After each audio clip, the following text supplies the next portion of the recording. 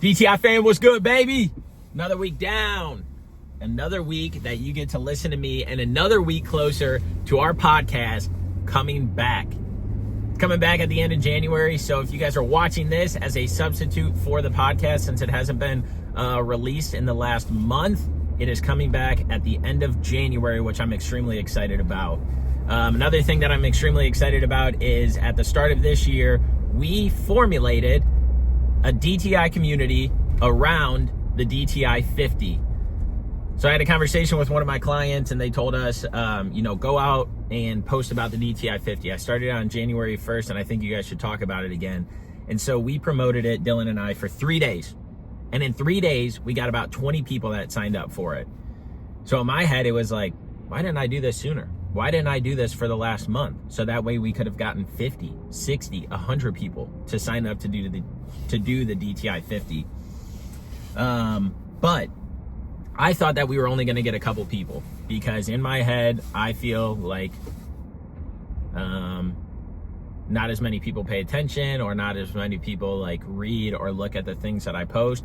But that's just me getting in my way. That's me getting in my own head. And so what I did was made a commitment that from that conversation I had with one of our clients till January 6th, I was going to post every single day about the DTI 50 to see who we could bring in. And because of the amount of people that we got to sign up, I was like, you know what? We're going to take this a step further.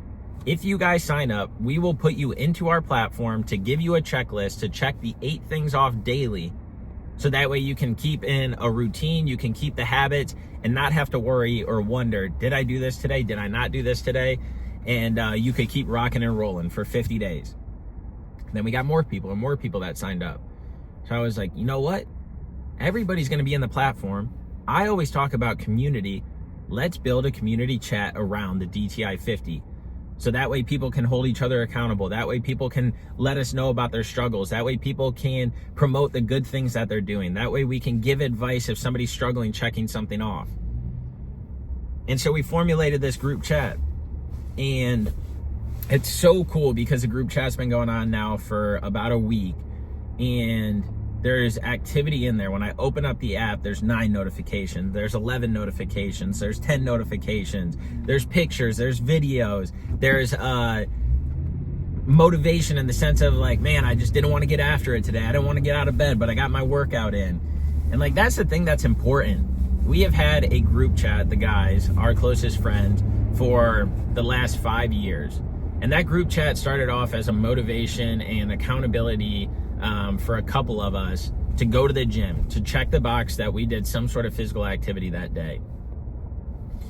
And through the years, we've added a few more people that are closest to us to that group.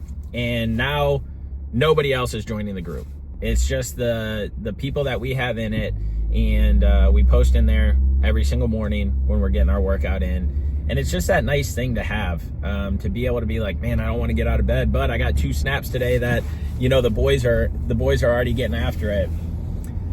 And so as I'm seeing this group chat come about, and as I'm seeing these different things unfold within the community, it brings me a sense of gratitude, because not only am I surrounding myself with the positive influences of people bettering themselves through habits that they're instilling in their life, but it's also opening my eyes that people need that type of thing. People need that type of group. People need that type of community.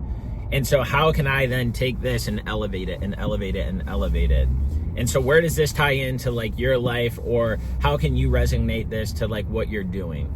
So I heard this stat by Dana White earlier this week, and he said that it's like a scientific fact that on January 10th is when majority of people fall off of their New Year's resolutions, the new traditions they want to do.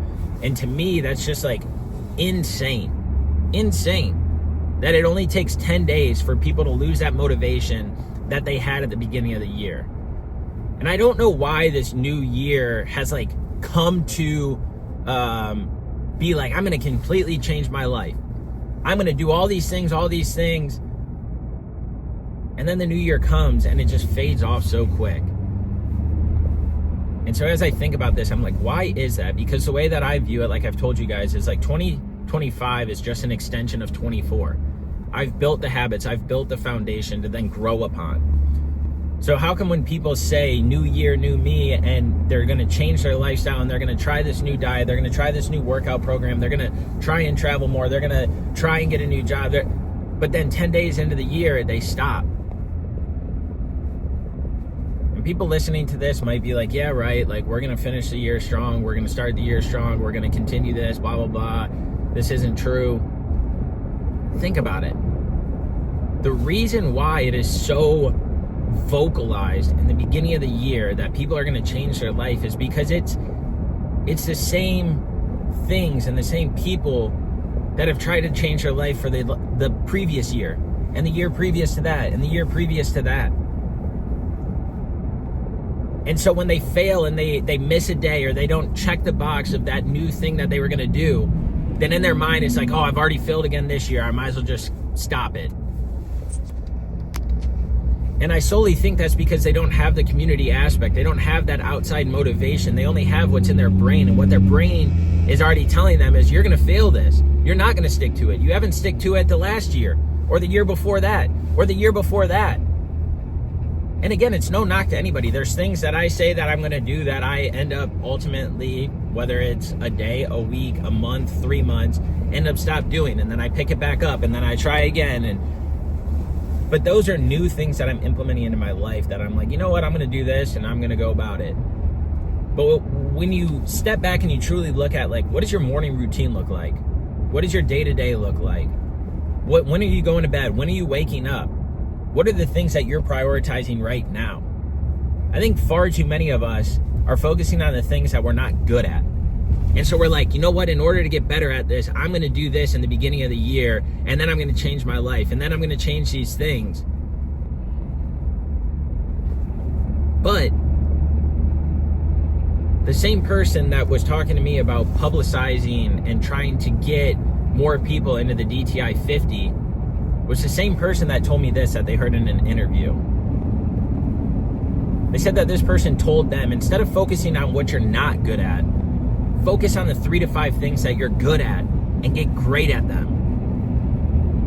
And so ever since I heard that, I've been like thinking about, wow, that's actually extremely true. Like, why do we always need to add something into our life? Why do we always need to try and prove something in our life? Why do we always need to try and work on the things that we're not good at if we're not motivated around them, if we don't have the passion around them, if we don't have the drive around them? If in the beginning of the year or at the end of 2024, you hated working out, but at the beginning of 2025, you're like, I'm going to work out 7 days a week, try this new program. Because again, the DTI 50 incorporates 3 days a week. 75 hard, I believe, is like every single day you do a workout. So there's all these different things. So when I'm saying this stuff, it's making me think of 75 hard because I did it. But the reason why we tailored 75 hard to the DTI 50 is because it's habits that Dylan and I instilled in our life that we think are foundational pieces that people should instill in theirs, that are obtainable, that are realistic to carry on throughout a year. And so I have no knock on the 75 hard. It was great, taught me a lot of lessons. God, this sun is so bright. Taught me a lot of lessons, but I always think of things, what is going to be sustainable and what is going to be something that I can stick to long term. Because if we keep doing these short-term things, then ultimately, what are the results at the end? So let's use the beginning of the year versus the end of the year. If you start doing all these things at the beginning of the year, but you don't finish the year doing them, then did you really see the progress? Or was it just this quick peak and then that valley hit and you were in it for the remainder of the year? And so that quote, instead of focusing on the things that you're not good at, focus on the things that you're good at to get great. And so that makes me think, in the beginning of the year, if you're already doing certain things, if you're already going to the gym, if you're already eating healthy, if you're already focusing on your steps, if you're already focusing on these things and you enjoy it, then how do you elevate that? How do you get a little bit better at it? How do you keep pushing forward in those things because they're clearly important to you and what your foundation is?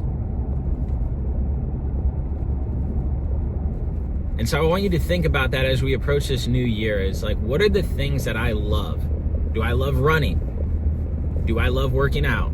Do I love eating healthy? Do I love cooking at home? Do I love calling friends and family to check in on them? Do I love going to bed on time? Do I love waking up early? Do I love working out in the morning versus the evening? Like, look at the things that you love and then just double and triple down on those this year. And then put some pieces in there that might be a little bit challenging, but aren't the sole focus. Again, how do you take those 3 to 5 things that you're good at and become great at them? And that can be anything. And then I think that will help you establish that routine, that habit, that charisma, passion, and drive around what you're actually trying to achieve. Because when you're focusing on the things that you have that passion, that drive, that charisma around, it comes naturally, it comes easy. So you're not forced to do something. Then you can double and triple down on yourself, and you can see the growth, and you can see these habits last past January 10th. You can see them go into February, go into March, go into April. And the next thing you know, now at the end of the year, you can be like, holy crap, I did that. And so for me, like, one of the things is like just focusing on portraying myself, the good habits that I do daily, weekly, monthly, yearly. Show that to the world. Explain that to them, because that ultimately is what DTI is. To live that healthier, happier lifestyle through the habits that you've built and accumulated over the months, days, weeks, months, year. And so don't get down on yourself if you try something completely new, something that you've never thought you would have tried, and something that you never even would have went after. Don't get down on yourself if it doesn't work out. Because if you don't actually truly love that, if you don't actually truly have that passion around it, then it was never going to work out in the first place. So go into this year focusing on the things that you're already good at, because that can then stem to the other drivers of what you want to achieve. If you want to start social media, if you want to start a business, if you want to start a community, whatever that is, if you're good at that and you're putting it out there and you're focusing on it and you're working towards it and you're talking about it and you're making content around it, it's going to come natural. You won't feel forced to do it. So again, if there's things in your relationship, if there's things at work, if there's things in any area of your life and the buckets that you hold like true to you and value to you, focusing on the things that you're good at within those buckets are only going to excel it, only going to enhance it, and only going to make it bigger and better. So that's my message in the beginning of the year, is focus on the things that you're good at instead of focusing on the things that you're bad at. Because if you're bad at them, you don't ultimately want to do them anyways. You just feel forced that you have to do them because that's what people say. But fuck that. Take a step back, evaluate what you have set in place for this year, and does it align with the things that you're good at, that you love, that you have passion around, that you have drive around. This person has their sprinkler system on right now, and it is 27 degrees currently, and their front yard is just, it looks like there's like snow on it because it's completely frosted over. So you guys, there's special people in every area of life.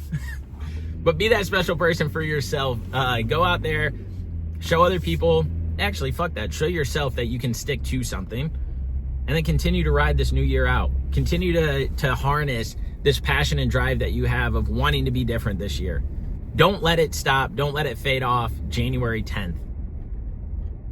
You got what it takes. Focus on what you're good at. Keep having the desire to inspire. Impact those around you. Make your life a representation of what you want to attract, what you want to do, what you want to put out, and watch all of the good in return. Have a great new year, y'all. It's exciting, it's fun, it's fresh. Now let's go out there and make it impactful. Have the desire to inspire. Yes, sir!